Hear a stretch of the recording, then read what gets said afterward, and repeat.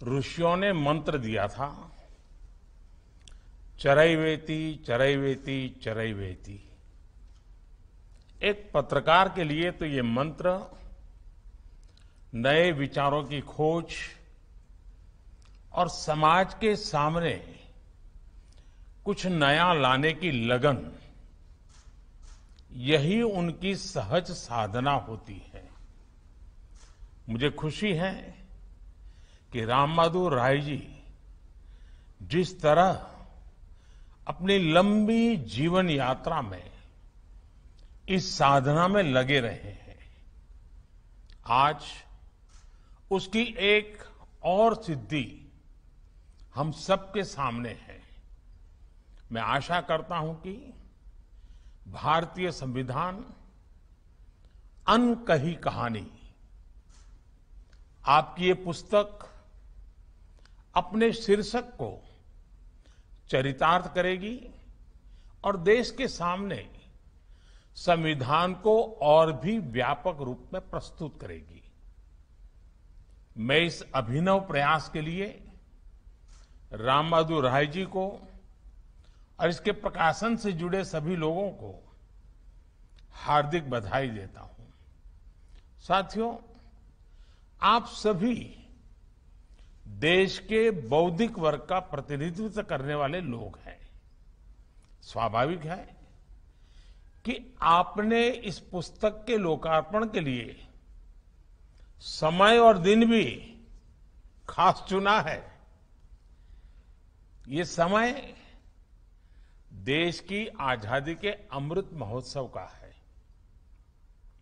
आज ही के दिन 18 जून को मूल संविधान के पहले संशोधन पर तत्कालीन राष्ट्रपति डॉक्टर राजेंद्र प्रसाद जी ने हस्ताक्षर किए थे।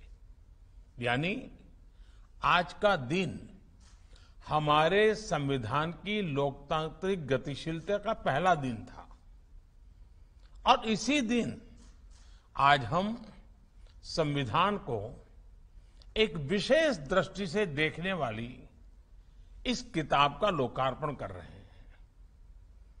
यही हमारे संविधान की सबसे बड़ी ताकत है, जो हमें विचारों की विविधता और तथ्य सत्य के अन्वेषण की निरंतर प्रेरणा देती है।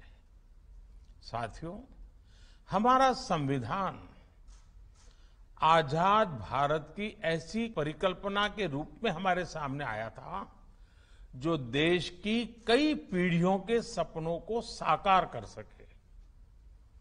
संविधान निर्माण के लिए संविधान सभा की पहली बैठक 9 दिसंबर 1946 को हुई थी। यानी आजादी से भी कई महीने पहले।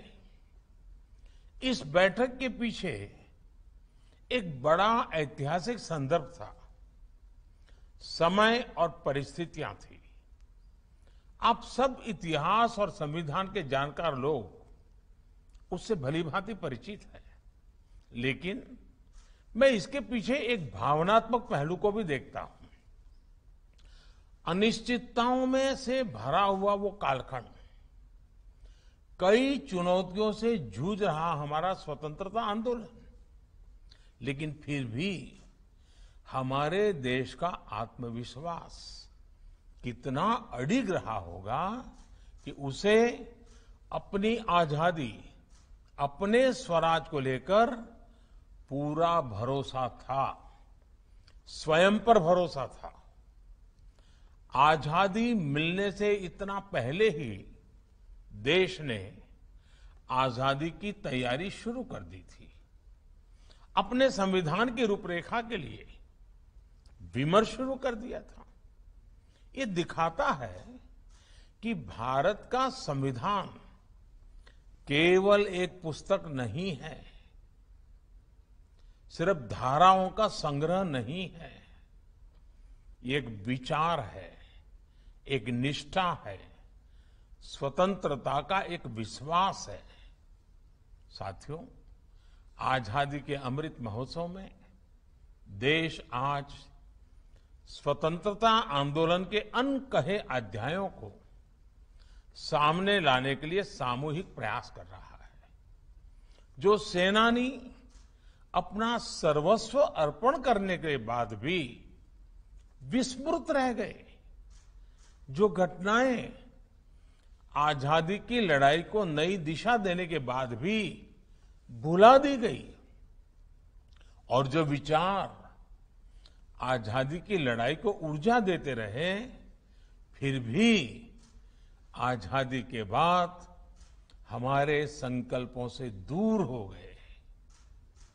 देश आज उन्हें फिर से एक सूत्र में पिरो रहा है, ताकि भविष्य के भारत में अतीत की चेतना और मजबूत हो सके।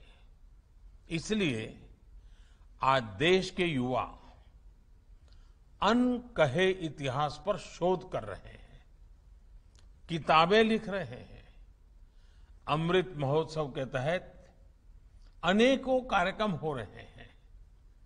भारतीय संविधान अनकही कहानी, ये किताब देश के इसी अभियान को एक नई ताकत देने का काम करेगी।